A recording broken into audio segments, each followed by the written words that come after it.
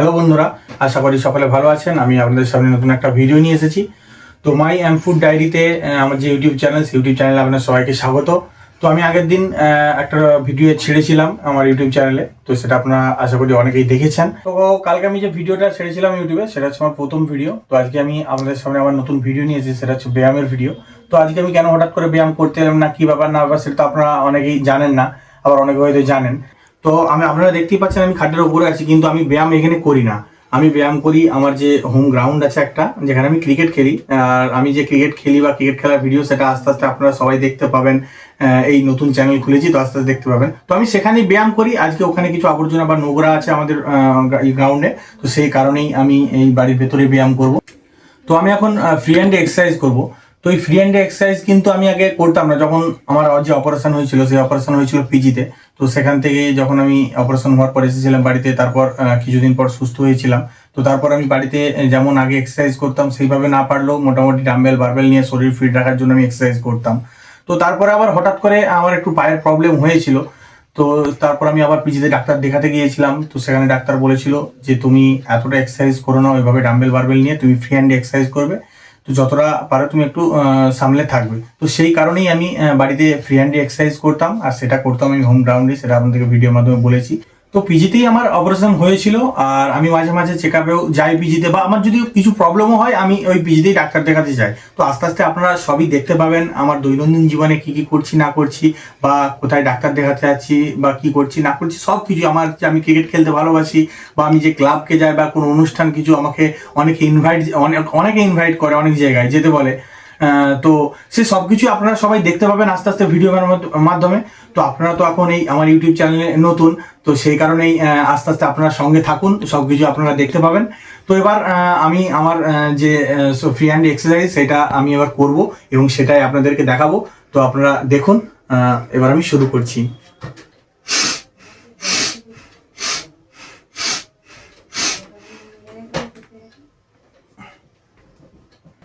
তো ব্যায়াম করতে আমি ছোটবেলা থেকে এমনিতেই ভালোবাসি। আর এই আমার অ্যাক্সিডেন্ট হওয়ার পর তখন আমার বলতে পারেন যে যতই অনেক মানুষ অনেক কথা বলেছে যে তুই আর একদম ব্যায়াম ট্যায়াম করিস না, একদমই মানে কিচ্ছু করিস না, যাতে তো আরো গোলমাল হয়ে যাবে, শরীর খারাপ হয়ে যাবে। কিন্তু আমি কারো কথাই শুনিনি, কারণ শরীর ভালো রাখতে গেলে কিন্তু ব্যায়াম করতে হবে।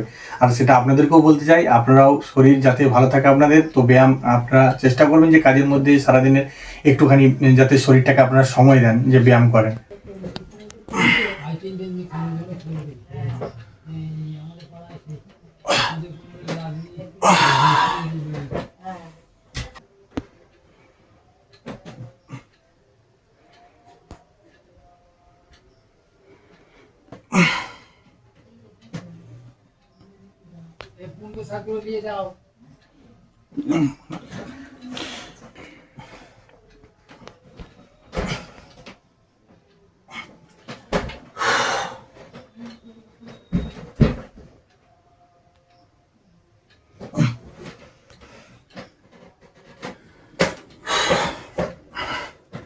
তো এমনিতেই ফ্রি হ্যান্ডে এক্সারসাইজ করা কিন্তু শরীরের পক্ষেও ভালো জিনিস। ডাম্বেল বারবেল নিয়ে এক্সারসাইজ করা কিন্তু অতটা ভালো নয়, সেটা আপনারা অনেকেই জানেন। তো অনেক মানুষ দেখবেন ফ্রি হ্যান্ডে এক্সারসাইজ করে তাদের বডি কত সুন্দর। তো আমিও সেই জন্য ছোটবেলা থেকে চেষ্টাই করি যে একটু ফ্রি হ্যান্ডে এক্সারসাইজ করি। তার মাঝেই একটু আধটু বন্ধুদের রিকোয়েস্টে আমি এই নিয়েই বলুন বা ডাম্বেল বারবেল নিয়ে ব্যায়াম করতাম।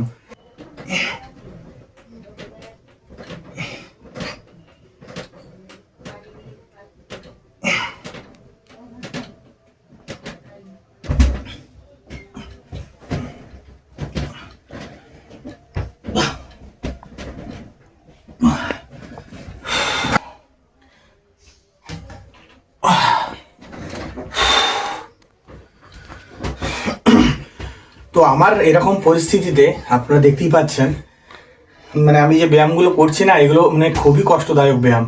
আর আমি যে ডন টানলাম সেটা আপনারা ভিডিওতে দেখলেন। তো আপনারা হয়তো অনেকেই ভাববেন যে ব্যায়ামগুলো খুবই ইজি, কিন্তু আমার পক্ষে ব্যায়ামগুলো খুবই কঠিন। তো আমি এগুলো অনেক দিন ধরে চেষ্টা করে করে কিন্তু সফল হয়েছি। আস্তে আস্তে আপনারা আমার ভিডিও দেখতে থাকুন, সবই বুঝতে পারবেন যে আমি কিরকম চেষ্টা করি না করি সব কিছুই।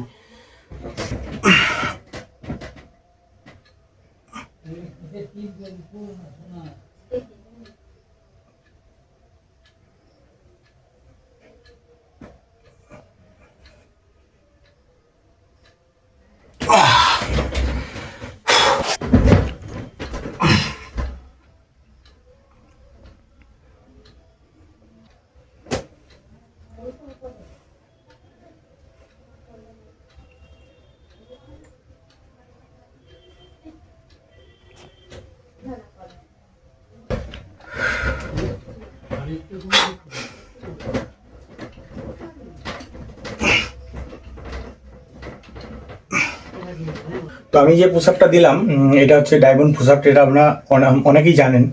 তো এই পুশ আপটা দেওয়া বিরাটই কষ্টের, তবুও আমি চেষ্টা করে করে করে নিজেকে সেভাবে তৈরি করেছি যাতে দেওয়া যায়। তো এরপরে লাস্ট আমি হচ্ছে সিট আপ দেবো। তো সিট আপ দিয়েই ব্যায়ামটা শেষ করব। তো আপনারা দেখতে থাকুন।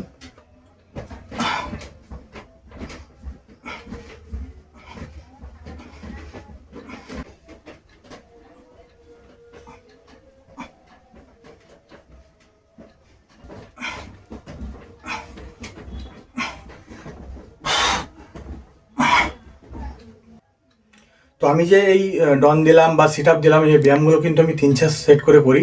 তো এগুলো আমি আপনাদেরকে কেটে কেটে দেখালাম। লাস্ট আমি আপনাদেরকে একটাই কথা বলতে চাই, পরিস্থিতি যেমনই হোক লড়াই করে কিন্তু বাঁচতে হবে, আর হাল ছাড়া চলবে না। আমি যেমন হাল ছাড়িনি, আপনাদেরকেও কিন্তু হাল ছাড়লে চলবে না।